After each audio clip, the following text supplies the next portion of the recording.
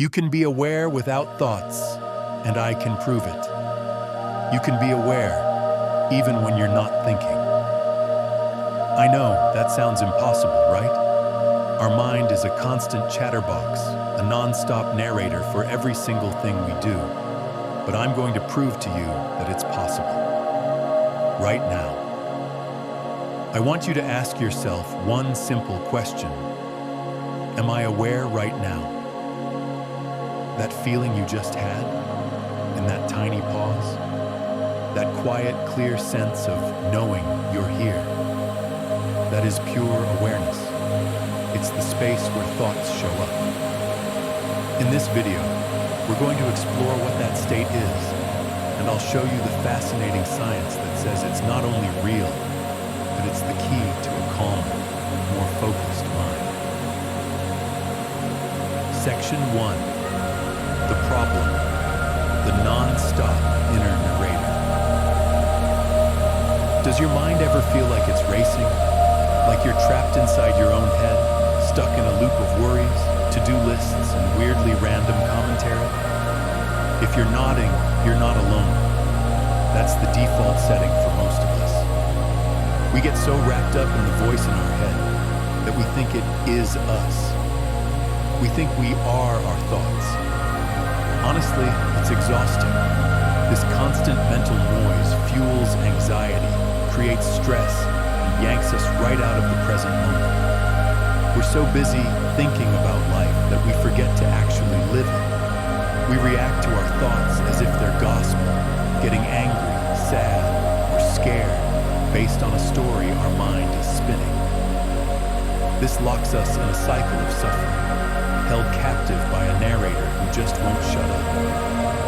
But what if that narrator isn't the real you? What if you're the silent listener, the awareness behind the voice? Ancient traditions have talked about this for thousands of years, and now modern neuroscience is finally starting to draw them out. Section 2. The promise. The peace of pure awareness. So here's the big idea. You can exist in a state of pure, thought-free awareness. This isn't about trying to force your thoughts to stop, which, let's be real, is impossible. It's about shifting your sense of self from being the thoughts to being the awareness that just notices them. Imagine your thoughts are clouds floating by in the sky. You aren't the clouds.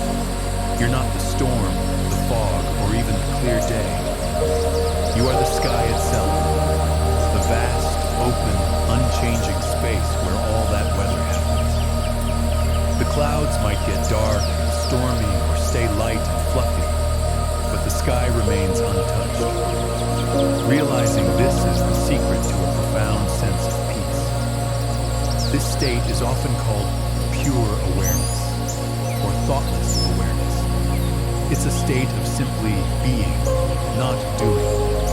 It's an alert, calm, and intuitive consciousness that operates without all the mental gymnastics. And the best part? Accessing it is a skill anyone can learn. Section 3. The proof, the science, and the sages. Okay, so where's the proof? How do we know this isn't just some nice, poetic idea? This is where we blend ancient wisdom with some seriously cool science. First, let's talk about the sages. For millennia, traditions like Buddhism, Advaita Vedanta, and yogic philosophy have explored the nature of consciousness in incredible detail. They described a fundamental state of narrative-free awareness, where the mind is present, but not caught up in its usual storytelling. They called it the witness, the seer, or pure consciousness, an empty yet vibrant space that is the source of all experience. For them, this wasn't a theory.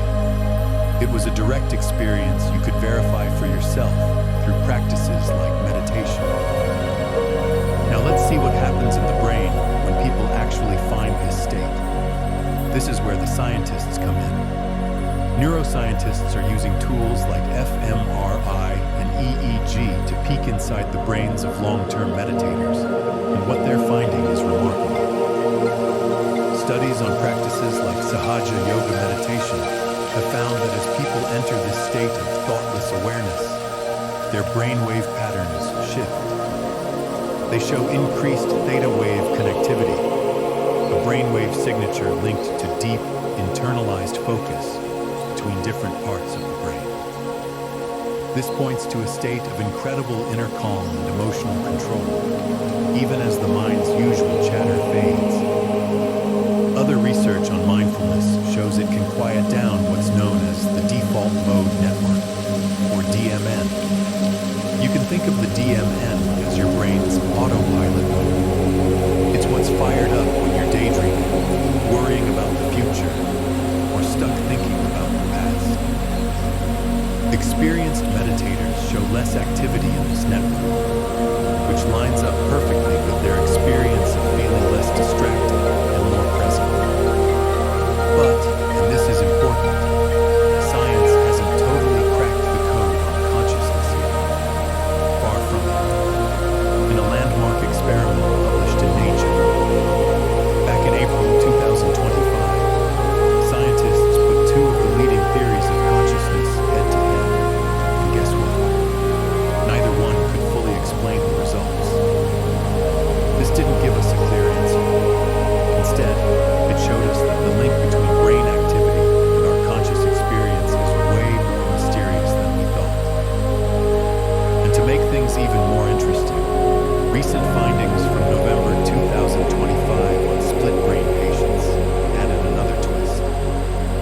Researchers discovered that even a tiny thread of nerve connections between the brain's two halves can be enough to create a single, unified consciousness. This complicates that simple sky metaphor a bit and suggests our sense of a single, whole self relies on complex pathways we're just starting to map. So science doesn't give us a neat, tidy proof. Instead, it offers fascinating clues. It shows that the state of narrative-free awareness the sages described has real, measurable effects in the brain.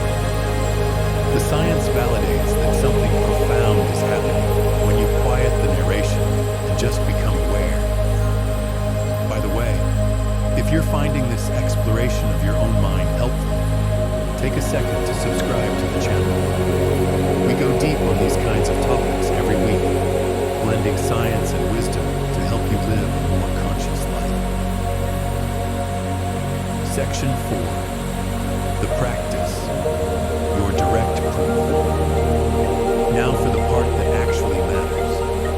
I've talked about sages and scientists, but the only proof that will ever truly convince you is your own. This is where you prove it to yourself. So, let's try a quick, simple experiment together. Go ahead and close your eyes, or just lower your gaze for the next 60 seconds. First, just bring your attention to the feeling of your breath. Notice the air coming in through your nose, filling your lungs, and the gentle release on the exhale. No need to change a thing. Just notice it.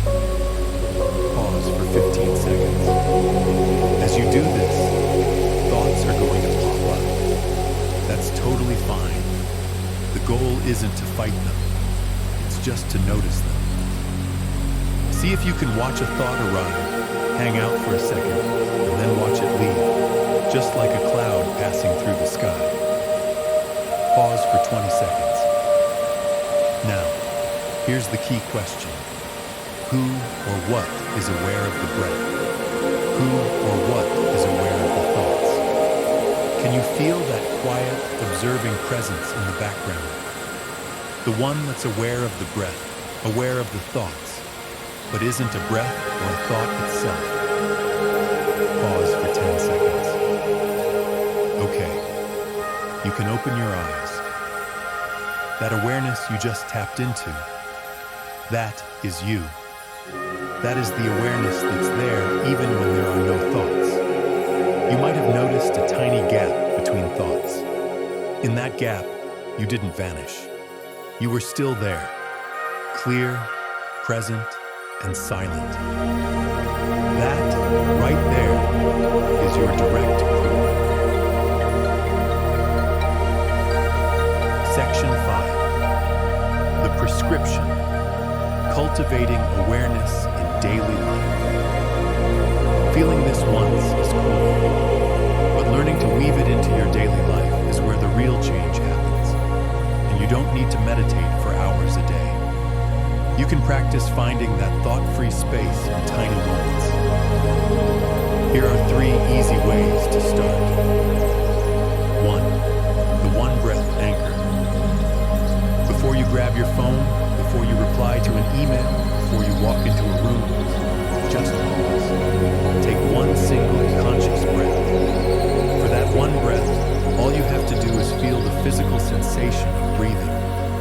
That's it. This tiny habit pulls you out of the thought stream and anchors you in the here and now.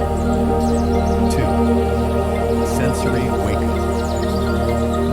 Pick a mundane activity you do every day, like washing the dishes, brushing your teeth, or drinking your coffee. Instead of letting your mind drift, pour all of your attention into the physical sensations. Feel the warm water on your hands, the texture of the sponge, the smoothness of the plate. Ground your awareness in what you're actually experiencing.